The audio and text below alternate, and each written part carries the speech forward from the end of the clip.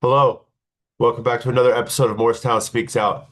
And today I am saddened to report that yet another one of our citizens has been killed in the Hamblen County Jail CO drug ring.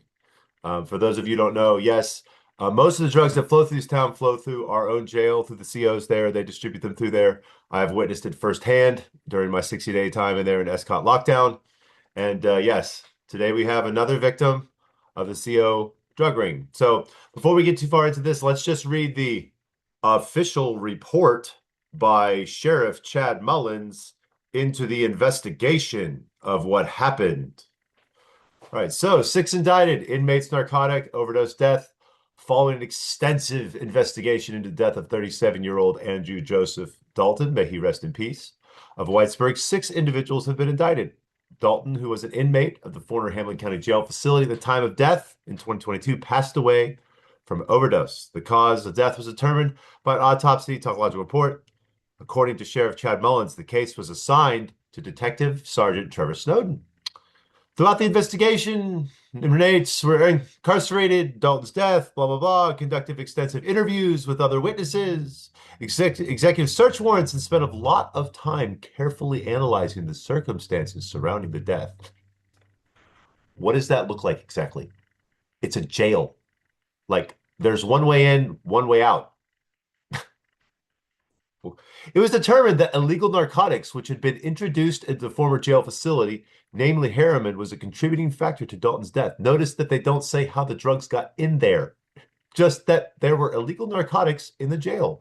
Now, forgive me, Sheriff Chad Mullins, like, isn't it your job to secure the jails against illegal narcotics? I mean, isn't that why the CEOs count the inmates like 15 times a day and walk the cell blocks and strip search you when you come in and make you walk through that little body scanner thingy to make sure that you like haven't digested anything and don't have anything to? Yes, we had one of those. Yes, I have sat through it. Yes, it works. So like, there's no reason. They're not sneaking them in, folks. The COs are bringing them in. The 6 individuals indicted who reside in Hamblen County, several surrounding counties, are currently facing charges of introduction and distribution of narcotics with the correctional facility. Throughout the investigation, Detective Snowden, let's see where we're at. I'm proud of Detective Snowden and the diligence he and other members of the CID unit displayed in getting this case resolved. Now, a couple questions. I mean, in addition to just Detective Snowden, how did the drugs get in? Like, what was the means? What was the methods? How did it happen? What corrective actions are you taking to prevent it from happening in the future? Any of these discussed? Of course not. Because everybody knows when the drugs are coming in, folks. It's coming in through the COs.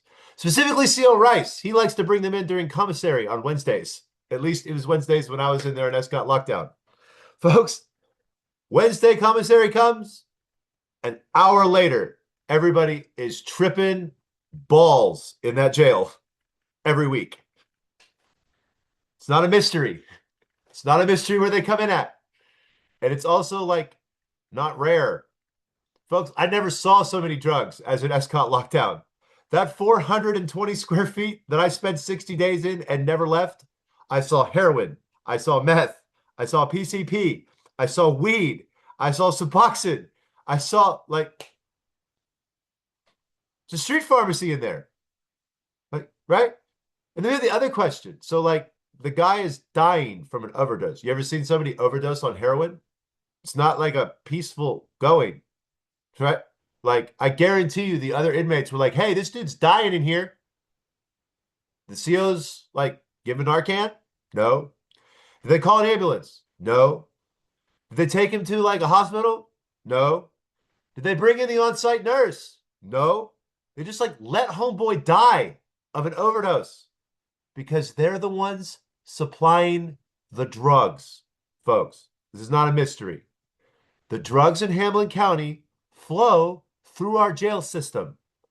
CO Rice is the head. Shockley brings them in, and like Mullins lets it happen. It's not a mystery. So I figure on this channel, like we see these over and over and over again.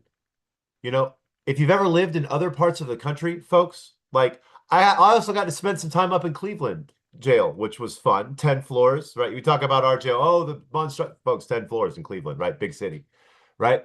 Not a single inmate died in there while I was up there, right? Like we get one almost every other week. Somebody died. So I don't know. In remembrance of Mr. Andrew Joseph Dalton, sir, may you rest in peace. And like folks, if we don't hold our elected officials accountable, this is going to keep happening. And you have to ask yourself some serious questions. How are inmates getting these drugs into the jail, right? I mean, like, how does that happen? You ever been booked into a jail? You know, it's a pretty extensive process, right? They strip you down, you have to take all your clothes off, right? They like put you through the body scanner. They make sure you haven't eaten anything. If you have, they sit you over in that little torture chair thingy until you crap out whatever you got in you, right? And then they charge you with narcotics. Right? So like, how is it all of a sudden immediately drugs are somehow getting into the jail? Oh gosh, how's it happening? Next question. How is it that a detective on the sheriff is investigating the sheriff's jail inmate death? Shouldn't that be a job for the TBI? Right? Isn't that why we have the Tennessee Bureau of Investigation? How is it that the sheriffs are investigating their own malfeasance? That's like asking the fox to guard the hen house, folks. And like it's not an accident. Guys, this isn't an accidental death. This was a murder by the COs. For all intents and purposes, right? They bring you in there, they torture you through like inhumane living conditions. When I was in Escott lockdown, I spent 24 hours a day, 7 days a week, underground in a basement, no windows, no sunlight, no access to the Word of God, never leaving the 400 square feet, ever. Me, between 15 and 23 other inmates. Folks, 400 square feet is smaller than most people's kitchens and living rooms. They had 20 men living in there, one on top of each other. I slept on a concrete floor with no mattress, nothing but shorts and a t-shirt during some of the coldest months on record in the state. I was in stage 2 hypothermia for several days while down there. Right? They torture the inmates there. They still do, even in the new jail. They're still tortured. Right?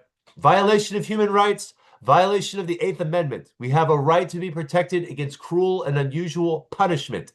Bringing drugs into a jail and distributing them to men whom you are torturing and then allowing them to die from overdose is cruel and unusual punishment and a violation of the 8th Amendment, folks. So, in memory of Mr. Dalton, hopefully your sacrifice will not be in vain. Hopefully the town will finally have enough of this and stand up against it. This has been Morristown Speaks Out. We'll see you next time.